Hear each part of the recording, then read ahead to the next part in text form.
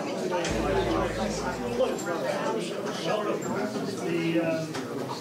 Dan Francis. I'm the superintendent of Bennington Rutland Supervisory Unit. I want to welcome you to our leadership forum tonight, dedicated to Act 46. We've run these leadership forums in the past, generally 1 or 2 a year. They're designed to be a venue where the board members and members of the administration can get together and talk about areas of mutual interest and concern and learn about some new topics. Act 46 certainly worthy of our conversation. I want to point out tonight we also have some guests in the room. We have Stephen Morris, who's the chair of the State Board of Education. He'll be with us part of the evening tonight. Well, thanks, Stephen. I'm here to listen. Yeah, I was going to make that point in a second. Andrew McKeever from Manchester Journal. Welcome, Andrew. I'm here to listen to. And record. And Judy, where's Judy Cullinan, superintendent from the Battenfield Valley Supervisory Unit. I'm here to listen. Yeah, everyone's here to listen. The good news is tonight you're going to be doing all the talking. So, but I hope you find this evening productive. I want to thank MEMS for hosting it. We have restrooms down the hall. If you're not familiar with it, straight down the hall to your left. We have some refreshments, and there'll be plenty of time during the evening to get up and feel free to walk around as you fit.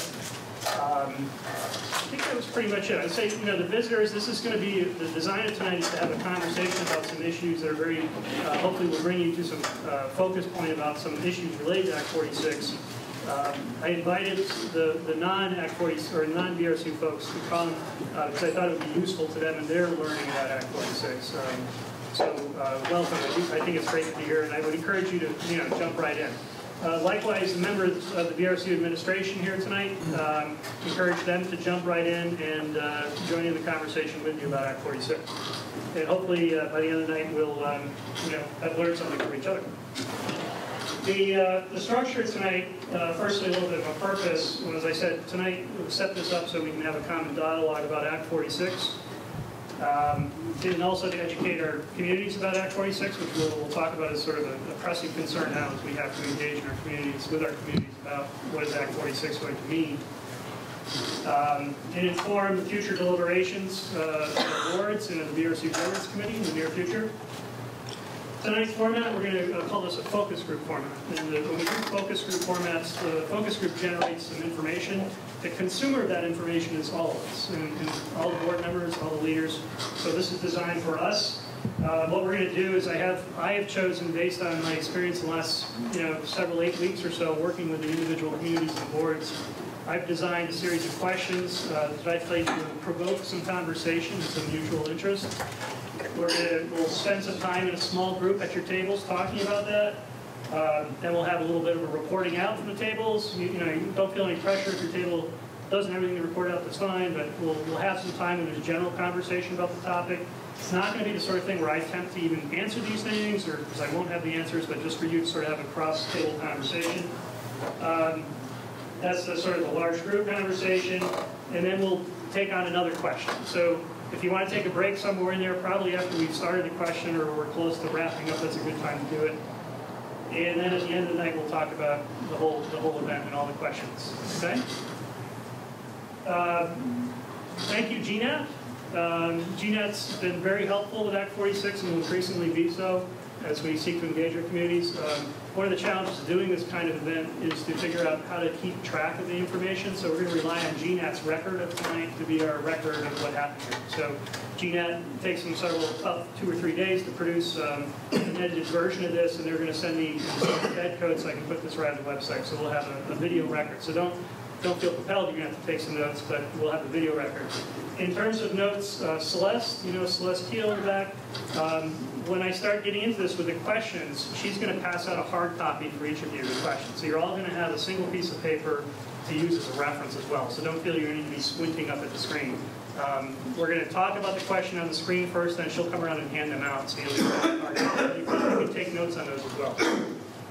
Coffee is still percolating. Did I mention that yet? So that's coming. Are you ready? Okay. So here we go. So I want to start out. I don't know if you can read that, but Act 46 has a purpose, and it's in the Section 2 of the law. Section 1 starts to lay out a lot of the data, a lot of you have heard before, but it's important to note that Act 46 has a very specific intention, and it's very explicitly described in the law. And conveniently, it all fits on one screen, and one slide. So this is it. By enacting this legislation, the General Assembly intends to move the state towards sustainable models of education governance. So that's objective number one. The legislation is designed to encourage and support local decisions and actions that, one, provide substantial equity and equality and variety of educational opportunities statewide. Two, lead students to achieve or exceed the state's education quality standards adopted as rules by the State Board of Education at the direction of the General Assembly. Three, maximize operational efficiencies through increased flexibility to manage, share, and transfer resources with the goal of increasing the district-level ratio of students to full-time equivalent staff. Four, promote transparency and accountability. And five, are delivered at a cost that parents, voters, and taxpayers value, quote unquote. So, you know, it's one of the points that's come up over the summer is just, you know, what's the purpose of Act 46? What's the state trying to do here? It's right there, okay, on one slide.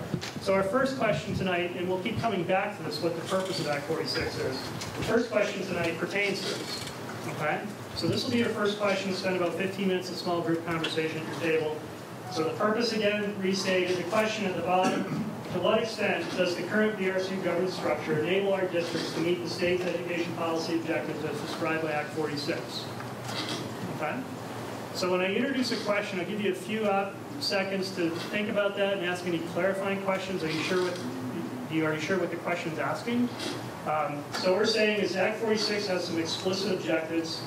To what extent do you feel the current BRSU structure, the governance structure of the BRSU, enables our districts to meet these policy objectives? Okay? Has everyone got it? All right, so Celeste is going to hand that out so you have a paper copy. Why don't you spend about 15 minutes or so just thinking about that at your table. If you haven't, introduce yourselves. Okay? Go for it. I'll give you about 15 minutes once we're done. Feel free to talk to your husband. Yes.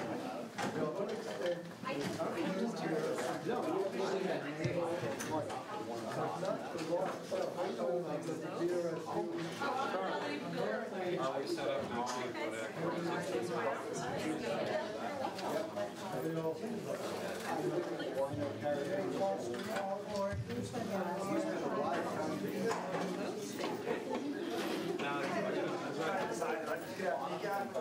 I don't think we're optimally set up to do it. There are only but at the same time.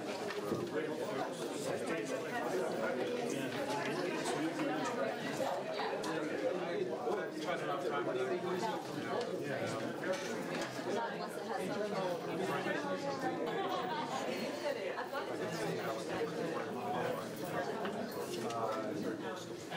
Different way of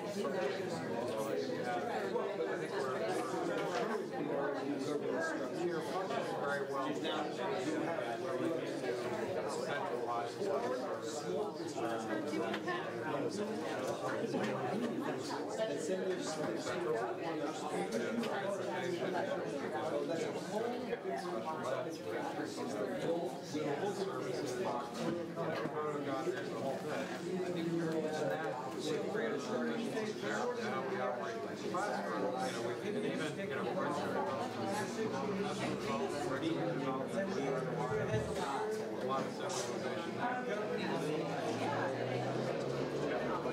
but still, when it comes to, you know, things like when it gets to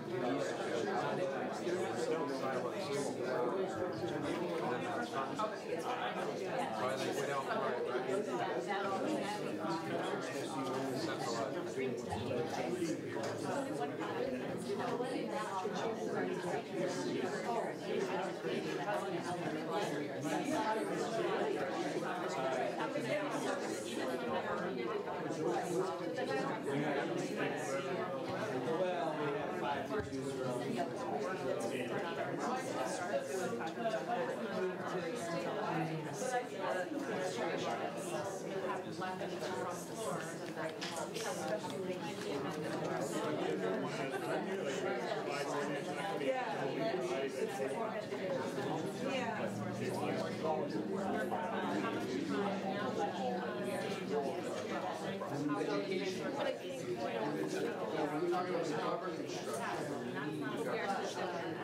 Actually, I'm coming closer because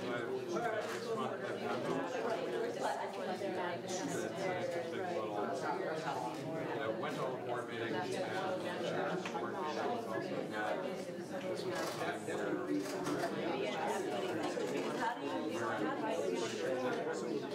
Thank you. Excellent. So let's go ahead and just take a break from that. And if anyone wants to make any general statements about question number one, any report out what your conversation was like at the table, come to any great conclusions, anything at all? Don't be shy. Yes, ma'am. Can you speak up a little bit? I want to make sure we capture it. We think we're doing pretty good as we are meeting most of these standards and goals. We've centralized our special ed, where I know that we're sending teachers across town lines to share those resources, and I know that all of many of our grade levels are meeting together so that second grade at Dorset is working on the same curriculum as second grade at Sunderland, and so we're seeing a lot of starting happening. Great, thanks. Jim? Yeah, we largely came to the same conclusion that, through centralization of a lot of services at the SU, we've accomplished a lot through getting the teachers to work across schools and all. We've accomplished a lot. We did kind of have the question of whether or not we could even accomplish more with a different governance structure, but the question was, the governance structure we end up with, is that going to actually be the optimal one that, to provide that? That's still a question. Yeah, that's great. Thanks. Kristen? We've divided it up into the 5 topics, and I think there are pros and cons in each, but on the first topic, the one thing was offerings as far as educational opportunities. I think those are limited by individual boards because of their budgets. So I think that to have equity of opportunity could be improved by having one board deciding for the entire group of schools rather than each board individually deciding on their specific school. Okay. Thanks. Wendell? I don't think we reached any consensus. We had a great discussion on all of them. Some of the points that came up was equity can be achieved in many ways. This is one way. Yeah, right. And then we had a real discussion about, well, was that a likely outcome or not? Right. That's kind of the way our discussions went here. Can I? Great. Yeah, go ahead, Kristen. I do think one specific thing that we acknowledged that we're doing well in the current structure is that across the system there's a common level of performance expectations for kids, and that helps around standards and equity. We discussed a little bit, there's a certain irony that if you do well with all the goals except number 4, we tend to do poorly on number 4 because the funding is through the BRSU and it comes in as an assessment and people don't understand that. Yeah, I think, that's a point that's released later on in Act 46 that's how I interpret number 4 as well, that centralization has put more, as you know, the SU budget gets larger, but there is no direct vote on the SU budget. And it's mentioned in a section of Act 46 that maybe this is something that should be looked at. It doesn't really offer a solution to that. It just says, well, perhaps maybe there should be a direct vote in the case of the, what's called the alternative governance structure. So yeah, I think that's what number 4 is about. Anything else? Dan, when you Yes, say a direct vote, you're saying rather than by the BRSU board voting on it? Right. Each town would vote on it? Right. So there's been a concern raised, perennially statewide about lack of direct vote on SU budgets. But I think since Act 153, where increasingly more costs are aggregated at the supervisory union level, that politically becomes more challenging. And in Act 46, what's called the alternative governance structure, which is the supervisory union, it talks about needing to be able to justify the supervisory union as the best structure for your region in terms of meeting these objectives, but it talks about potentially contemplating a direct vote on the SU budget as a way of making it more accountable or transparent. Okay, go ahead. I'm not sure that a direct vote on the supervisory union budget would make it more transparent. Yeah. It might make it many things, but I'm not sure transparency is one of them. I'm just trying to point to the connection. Well, I think that's what they were intending, but who knows?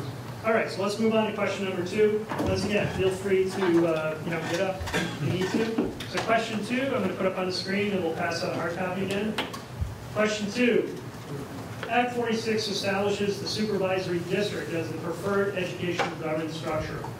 The law acknowledges, however, that the supervisory district might not be the best governance structure for all regions. Act 46 provides an alternative governance structure, which is the supervisory union. Districts proposing to organize themselves under the alternative governance structure need to be able to justify the supervisory union as the best structure for their region in terms of being able to achieve the state's education policy objectives on behalf of all the students in the region. To what extent would the alternative governance structure allow BRSU districts to meet the state's education policy objectives? Any questions on what that question means? Could you give us a dashboard view of the difference between the district and the? Yep. So that's a great question. Supervisory district is a single district that also functions as a supervisory union.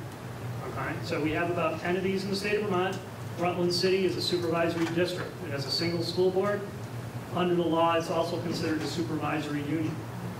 Okay, so it doesn't have multiple boards, multiple districts. It's a single district K-12 that also functions as a supervisory union. The supervisory district is designated under Act 46 as the preferred governance structure. I would assume because the preferred governance structure is better at achieving the policy objectives. That's the assumption.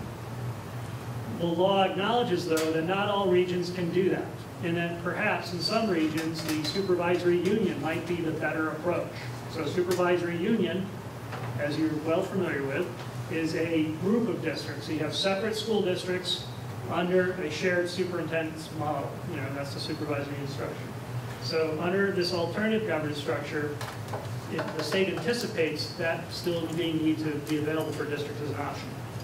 So the question is, to what extent would this, if BRSU districts were to pursue the alternative governance structure, to what extent would the alternative governance structure allow us to meet the state's education policy objectives? Yes? Is there any wiggle room for combination as you're looking at this question in terms of different districts underneath the supervisory union? Yes. That's a supervisory union contains different types of districts. Okay. So that could be an alternative? Yes. The only, we're not going to get too far into that. I want to stay sort of a higher level, but under the alternative governance structure, the law says that it should have the least number of districts practicable. So that means a fewer number of districts than we currently have. Okay. Okay, so why don't you go ahead and take on this question. Celeste is going to provide a hard copy for you.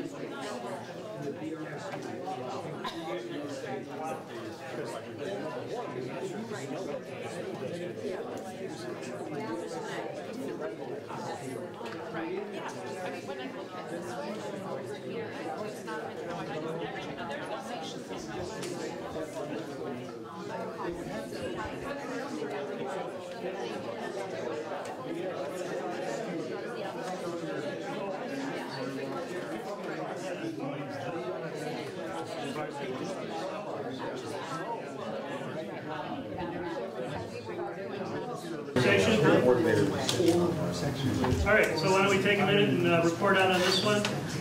The alternative governance structure, accomplishing the state policy education policy objectives. Any thoughts on that? And you guys don't want that. Any thoughts? John? I think for the most part, our group thought that the alternative governance structure would not be as effective for meeting the state policy goals, and that the main interest for us to choose it would be to allow places to manage choice, which is not one of the state policy goals. Yep. So I think we, for the most part, thought we'd be better, the policy goals would be better met with the preferred structure. Well, there's other reasons to consider. Great. Any other thoughts? No. Wendell? Yes, we did. Geography is an issue given how spread out we are. Right. And thus it becomes somewhat questionable whether the preferred governance structure would really work. Yeah, this issue of scale and geography. We're 461 square miles. I added it up last summer. Wow. One of our neighbors was bragging to be number 2 size, so I actually spent the summer counting the square miles in our towns. We are number 2. Congratulations. Who's number one? North Country. Oh, of course. They're like the entire kingdom. Any other comments on question number 2? Okay, so for question number 3, I'm going to have you get up and change tables, okay? And I want you, not yet, but I want you to mix it up a little bit. Don't, the same group move. All right, so what I thought I'd do though is show you question 3 first, in case you want to choose who you sat with based on question 3. Here it goes, ready? Question number 3? Yeah, and you want to pick your dance partners. That's a common phrase we hear with Act 46. Question number 3. It would be difficult for BRSU districts to form a supervisory district under Act 46 accelerated option due to the diversity of enrollment options among BRSU districts. A supervisory district is still possible, however, if some districts were to change their enrollment options. To what extent should some BRSU districts change their enrollment options in order to create a supervisory district?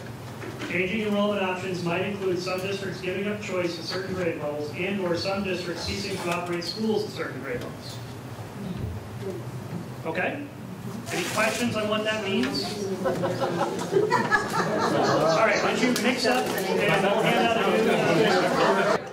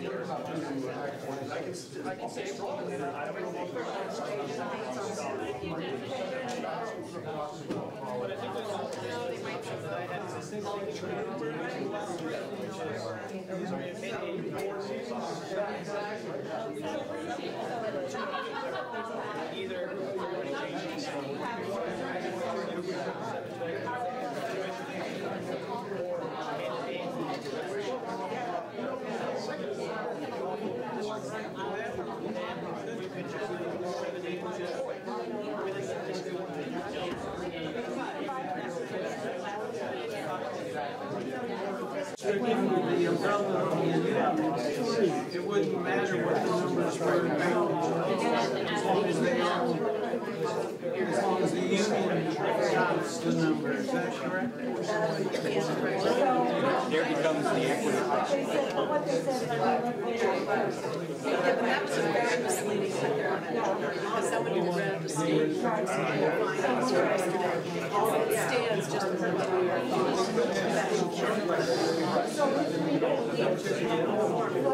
Right, those 4 towns.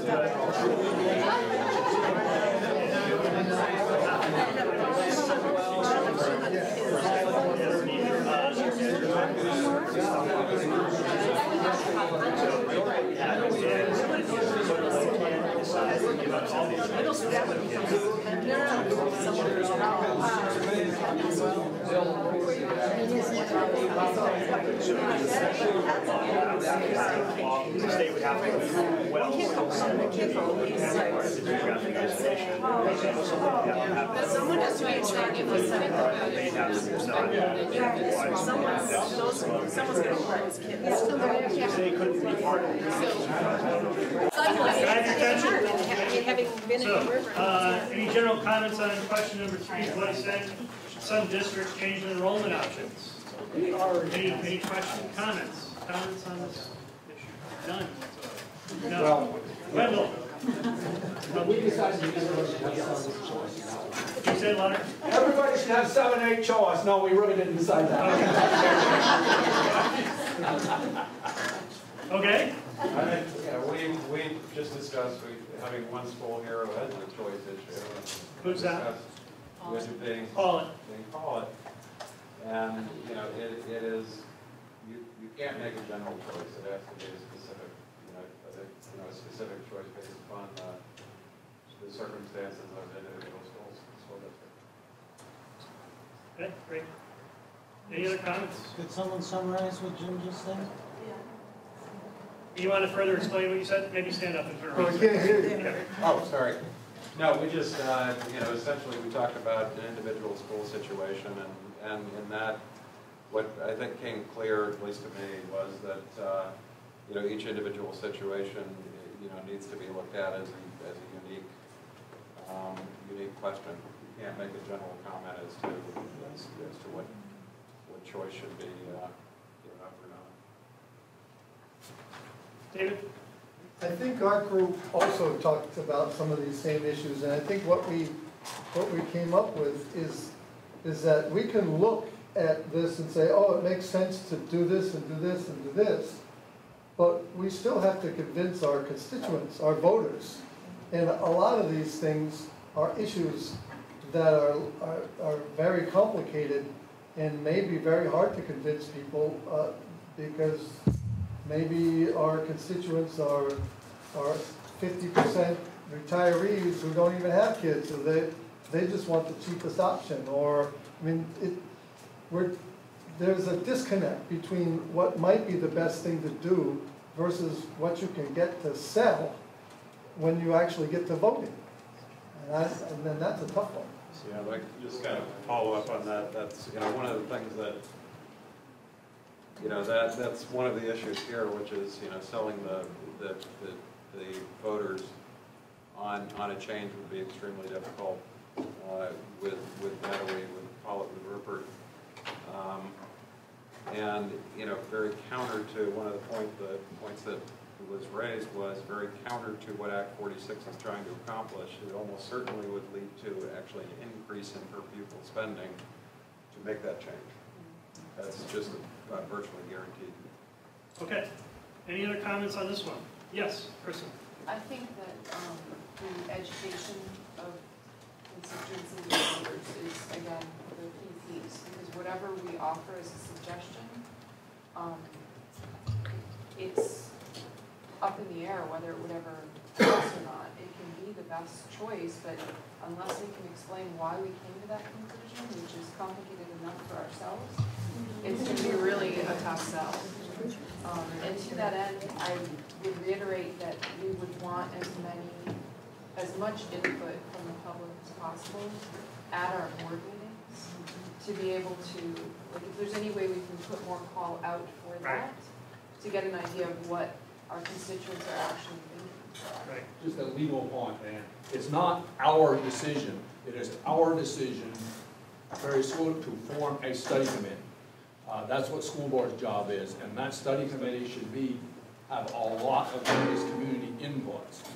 The school board never votes on what that study committee does, the public votes that. So under the law, it's not a school board choice and present it to the public. It's a study committee choice. Okay. Other comments? Oh, I thought this one would generate all kinds of excitement. Okay. All right. Question number 4. Here it comes. Question number 4. Organizing under the alternative governance structure and supervisory could enable districts that are currently outside the BRSU to join the BRSU. Such expansion might also occur in the future through State Board of Education actions, since the State Board controls the composition of supervisory. To what extent should the BRSU be expanded to include additional districts under an alternative governance structure in order to achieve the state education policy objectives for the larger region?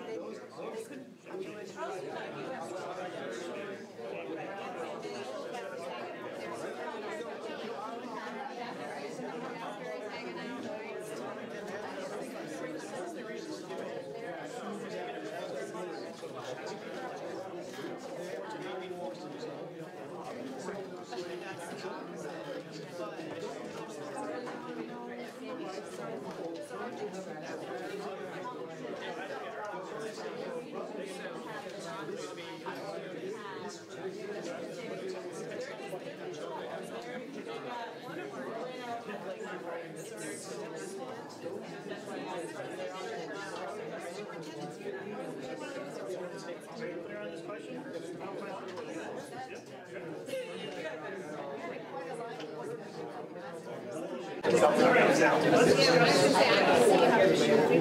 Question number 5. Anyone come up with some great strategies, specific strategies? This is going to be the challenging part.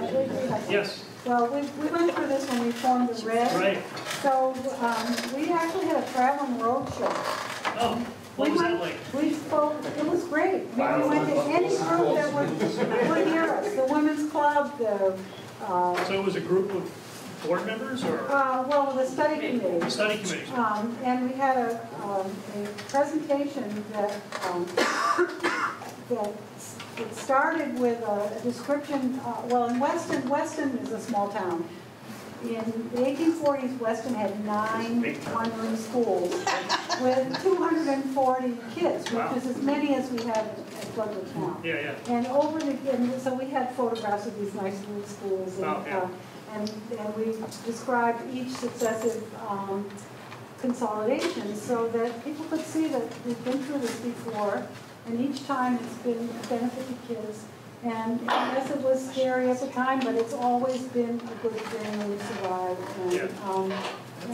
And that was a good way to sort of begin the discussion. So if I understand what you're saying, you had this group, study group, which is community members, right, your the group, same thing and you chose certain venues that you knew in your community were important ones. And we went anywhere. Anywhere anyone wanted you to talk. Anybody who would take us would go. And we had some meetings, we met with the select board. I gave a presentation at town meeting. We did it for garden club, anybody. But within our community, so then study committee members from other towns would take that same message to their town, and they would tweak the slides to speak. So you had people in Londonderry doing a similar presentation, tweaking it to make it and in Peru and whatever. So everybody, we used. What was the time frame? How long did this go on for? Do you remember? 2 months? Longer than we do for ourselves. I know, I just want to get a sense, like 2 months? Maybe a month or two before the vote. Before the vote. Yeah. We studied it for a year. I don't remember. Okay, other comments? That's great, thanks. Yes, John? We spoke about having potentially a centralized web presence, something like Northshire, Act 46, news updates, and having, differentiated for the surrounding towns, issues pertaining to Holland or Manchester. Users could find different news that way. It'll lead us to some other conversations about, having that trickle down to mailers, potentially leading people to the website or other, the forums, wherever it may be. Using social media, all having within this pronged campaign. And we also led us to a discussion about having, was it worth having someone for this campaign to lead it, a stipend position, champion. Yeah, someone who has some experience facilitating and publicizing some PR experience, and just for them to lead this and coordinate with boards or whomever to funnel information through that person, that conduit. And then we spoke about, and Andrew, you were here from the Manchester Journal, we talked about, he spoke about having, potentially having a dedicated column within the Manchester Journal to Act 46, and I think it'd be helpful to have that person in leadership to coordinate with Andrew, use local media outlets. That's great, thanks. We had suggestions of schools putting on shows after a presentation, having babysitting for the kids, and then providing pizza. But this way you draw the families in, they're here for the presentation, and they have something afterwards. Yeah, great. Kristen? I would suggest that all approaches are great, but you need different ones for different segments of the differentiation. So if someone doesn't have access to the internet or that sort of thing, or age demographic wise, I think some people are going to be more prone to a meeting face-to-face than necessarily a web presence, which may be a whole other demographic. Is there a difference between think back to the red case where you're trying to get the vote out or educate people so they're making an informed vote. We're not quite there yet, so we're in this phase of trying to get input. From what I hear from board members, you're at this phase still trying to understand what your community's desires are relative to Act 46. Are the strategies different, one versus the other? Getting people to come to a board meeting, getting people to give you input versus trying to educate them so they can vote. Is that a different set of activities? I don't know. We talked here at this table about maybe turning it around and actually asking them, what do increased educational opportunities, what does that mean to you? What would you like to see? And how can we craft this inevitable governance change to meet those needs so that they get more involved in that creative process of having some say and becoming stakeholders in the process? And that might help people move over the hump of the shock that I think that you're going to experience initially with people. But if you're starting to ask them for, let's talk about what this might look like and what it can do for our middle schoolers or our high schoolers or our elementary students, what are those things that are missing now and how might we make that happen? So we are collecting data like we did in the ANS policy meetings. Right. As opposed to us, I'm not going to be able, I don't think our role is to sell this. Yeah, so, not at this phase anyway. So, you might have to everything pulled. Yeah, I guess that's what I was asking. Yeah, go ahead. We looked at it two ways, and one of them was the pragmatic approach that the Mountain Town Red people, that is, we asked, well, in the past when you've gotten big votes out, how did you do it? When Meadowy School was established, how did that happen? Or when votes didn't pass, when budgets didn't pass, how did you get to the point where you could pass the budget? What did you do to make that happen? And Dorset has had a huge zoning issue, and there was a big response, so maybe there's something there that we can use that energy. So I think the point of seeing your town and seeing what has worked in the past is one way to go. The second point that was raised is that this is a hard sell, because this isn't a new beautiful building. This isn't zoning laws that are going to have a dramatic change on this is a conceptual thing. We think we can improve access and education for your kids if we make this change. Well, that's a really hard sell, because I don't know how you portray that so it's really a compelling argument. Yeah. And not to mention, I think something that we've been talking a lot about is how people's interpretation of the law is a lot of people erroneously feeling like it's a tax-saving measure. And so I think that you're selling something that's inherently not that sexy, and then you're telling people in addition to that it's almost assured not to save you money. Good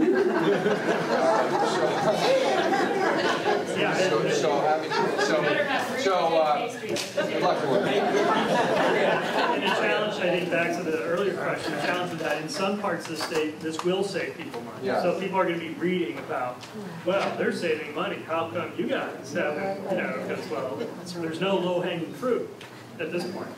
Another thing that we learned that I just remembered is that people don't even know what we have now. Most people, if you ask them, don't even know what a supervisory union is or anything about that. So you sort of have to go backwards first to sort of meet them where they are and explain before you can get to that. Otherwise, you're in a muddle.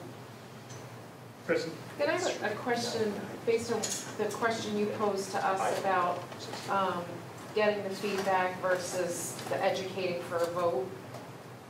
When we get to the point that we have study committees, so I'm imagining that happening at the parallel time that we're engaging in conversations with our community, just because of the way the timelines are set up. Are the study committees going to have specific questions they're exploring? So then in some ways, we are selling something in the community conversation because we will have already narrowed down the questions we're asking. I think, what I was saying is when you're assuming the board is going to sponsor a warrant article, I've always argued that if a board sponsors a warrant article, it should support the warrant article, and be able to speak in favor of it. Otherwise, don't sponsor the warrant article, So at that point, let's say you're selling it, but you're at least hoping to educate, people know what they're voting on when they do vote on it. But it's at this front end of the process where we are at the moment, as we transition, I say from tonight being sort of the capstone event of this educational phase of our experience with Act 46, moving into application and community engagement. What are those strategies that are going to help us get to a good solution? And it's no doubt going to have to be differentiated. We have 11 school districts, and they're in different situations altogether. And you've had different strategies that have worked in your communities. They're not all the same, But as we make that transition, at some point, we're going to have to transition to sort of putting it together in a coherent way. And that, I don't know yet what that looks like. John, go ahead. I was just going to say, I think the study committee's role is going to be radically different from district to district. I mean, frankly, from our perspective, I'm not sure we have much choice. I mean, I haven't really heard anything except one option for us. So really, what are we studying? I mean, this is the option, we do this, or the state makes us do it. Or there's some other possibility that's unknown. So that study committee, seems to me, is more likely going to be like coming up with the rationales to try to convince everybody it's a good idea, and we're not just doing it defensively. Yeah. And just remind people where you're from again? You're from? I'm from the Mountain Towns Red. Yeah. Right. So other towns have a lot more possibilities out there. But for some of us, it's sort of like, we can go out and get input now, but you know what? It's either this is what we're going to do, or this is what we're going to do. And you have a track record of already doing that. So. Yeah, exactly. Yeah. I'd just like to understand a little bit more about what does come next. Yeah. Are study committees individual to each board, or are they? Thank you, Kristen. Welcome, dear. So, want to just think about, the agenda tonight, and, my design of the evening was based on my observation of your conversations, that we needed to carve out more time for you just to have a conversation. So I hope that was productive for you. There's varying degrees of expertise on Act 46, but I feel comfortable saying all of you have at least been exposed to the virus a little bit and are moving quickly into some fluency with it, which I think is going to be very important. But this issue, and Jim, let's say commend Jim Salzgiver as chair of the SU. He's come around the last month and been out and visiting, trying to get that perspective as well. There's going to be this need, I think, to organize and coordinate to a certain extent, at least communicate across our districts. And there's potential for us to create, say, some core materials that can be differentiated for certain. But, we start talking about next steps, just some concrete ones real quick. We have the BRSU Governance Committee on October 8th. John Mowry is the chair of that committee. We have, we're still putting the agenda together. I haven't talked to John about it, but BRSU has reached out to us and is asked to come talk. So there will be a formal agenda item on that meeting's agenda. We're going to move that committee meeting to this room from now on so the media can access that better in terms of DNET and so forth. But that committee will, I think, at this point, be debriefing on this education phase of our journey and figuring out how to put some structures in place to at least coordinate and communicate across the districts. And be a focal point of any other relations with districts outside of the SU. I see that as being their key function. The community engagement, as I said to many of you, I think we're moving from this sort of education phase to, I call, application phase a lot, trying to figure out what to do. This is where it's going to become really challenging, as you know, very emotional. Coincidentally, at the same time, a lot of our communities are waking up to the existence of Act 46. That now the school is open, this policy issue is getting a lot of media coverage, it's certainly heating up, as you know. And there is this pressure, there's some timelines involved in the law, particularly around incentives. So figuring out how to do community engagement activities, I think, is really a critical piece as you're figuring out the application of the law. The two kind of combine and you go hand in hand.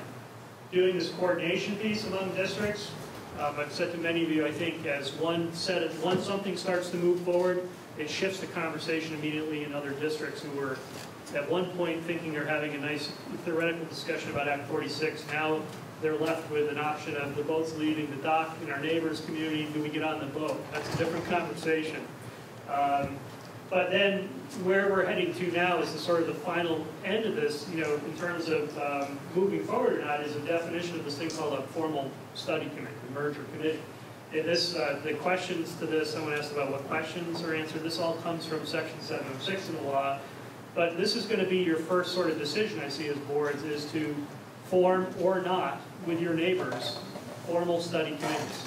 Okay, so this is the fish or cut bait point, so to speak, in our process. And for those districts that are going to seek incentives, I would suggest that decision is likely to come before you before Thanksgiving, and that's sort of the timeline we're looking at. So between now and Thanksgiving, to make this momentous and very important decision about are you going to join a study committee, which its purpose is not to study all the options, but to answer specific questions, prepare a proposal, is a pretty big decision to make. So as John says, maybe there's only one option out there, but some of you I know have other options, and this is going to be a challenging thing to do in a compressed time frame. Some of you, good news is, are going to have more time. There are no incentives available. You have a little more time to watch the others go at it. Anyway, where I wanted to end tonight was on the general conversation. Thank you, Kristen, for the introduction. So next steps, any ideas, thoughts, conversation, comments on Part of the tonight? reason I was asking the question about the study committee is to understand what we are speaking to our community members about. Right. I mean, the community engagement piece, are we seeking community members to become part of the study committee? Is it comprised of community members? So I guess those kinds of really practical parts of the study committee. Yeah, and I think that's what I've heard that need from board members. We're kind of transitioning pretty quickly from learning about Act 46 to talking about those next steps, and I see that as probably what my superintendent's report under Act 46 will be next month, is sort of a cutout on Section 706 of the law, what the study committee process looks like, what is the purpose of the study committee, who should be on that, and yes, it includes other people outside of board members, but just educating people about what is this thing, so you know what that decision is going to look like as we get closer to having to make that decision. John? So just a little bit more about that. Actually, if we're trying to do this by Thanksgiving, so presumably like some board chairs or members would have to talk to the other boards and have sort of an informal sense that you want to form a study committee, and that each one of your boards would vote individually to form a study committee with those other districts? Yeah, there's representatives, there's a prescribed sort of representation on the study committee among the districts that are going to be merged. Okay, so if this District X is going to be part of the merger, they need to have a representative on it. District X school board needs to vote to do that. Yeah. So that's the coordination phase. And I think when I mentioned Thanksgiving, that really, in my view, is the districts that are going to be interested in the incentive part. They have to get moving. Even red incentives. The red incentives, yeah. Or I would say the slow SD model is still an option. I don't know, at some point we'll talk about taking that off the table or not. But if we pursue that, that does give us a little more time. That's the advantage of the slower SD. We have another year. But the red incentives will go around.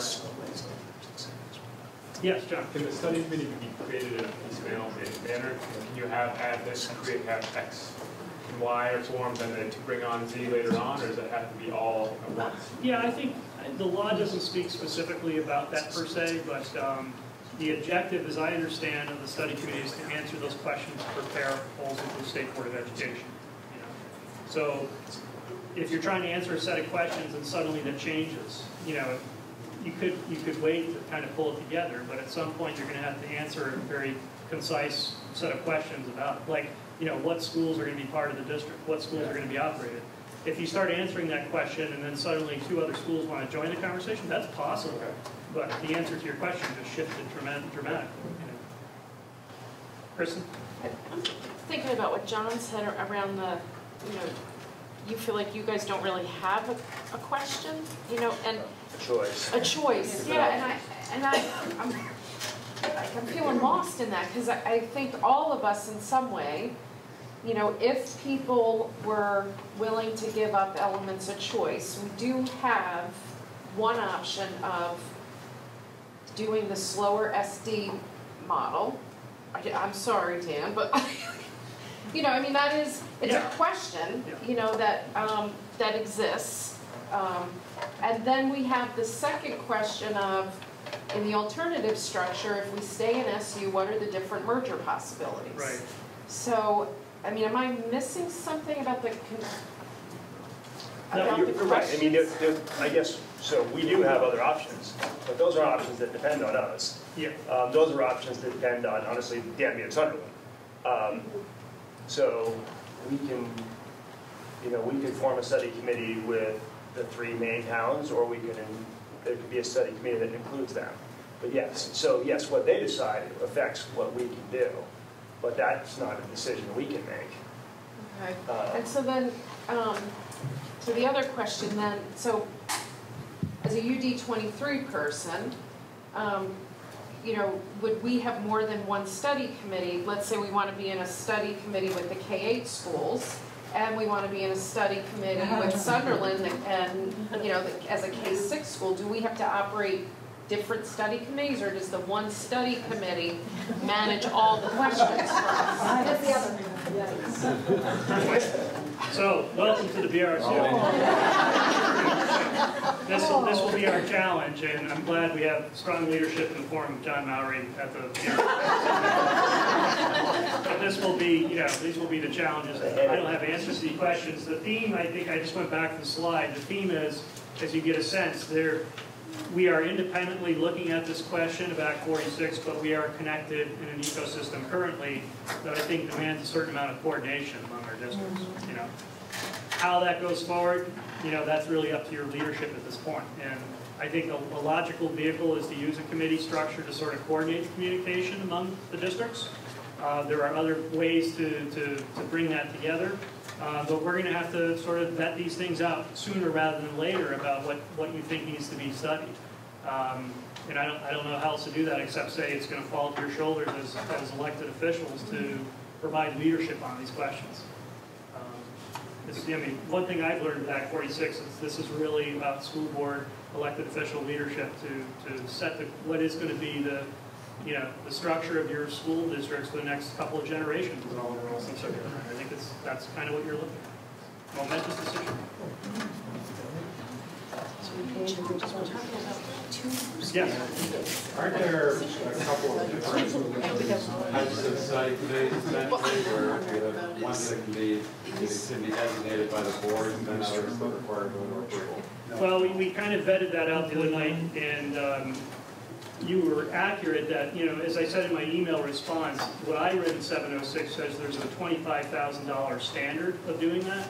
So what's meant, I think, by that is that if the study committee's budget is going to exceed $25,000, it requires explicit voter approval, basically because of the expenditures involved. However, if the study committee's budget is going to be under $25,000, it's within the full authority of the school board to create the study committee. Yes.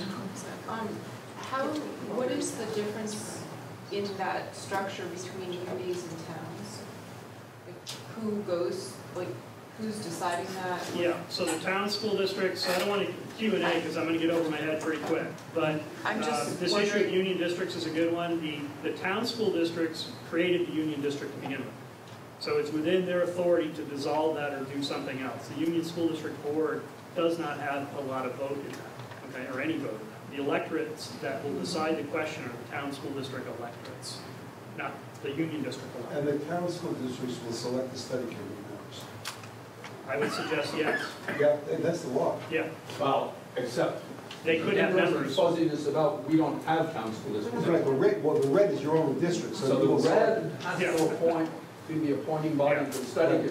But then my gut is telling me that the vote will still go on a town-by-town basis, but I'm not totally sure. Yeah, but in terms of UDs, unified union districts is a open but in one. terms of UDs, right. the town districts will select the study committee. Yeah, I would suggest that's probably. And the UD board has no say and no representation and no standing on the study committee. Well, not necessarily that far. I mean, certainly the town. That happened down in BRSU.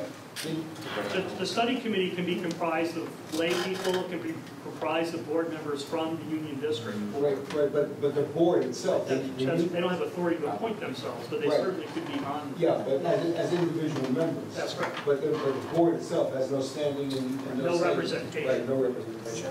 So when we did the red, we had technical support for our study committee. Marty was our wonderful technical advisor who did all kinds of good work for us. Is there anything in the budget for that this time? Yeah, I mean, those are things we'll have to look at. We, some of you know, there's grant funds available for this very purpose. So particularly if a RED's being formed, there's $150,000.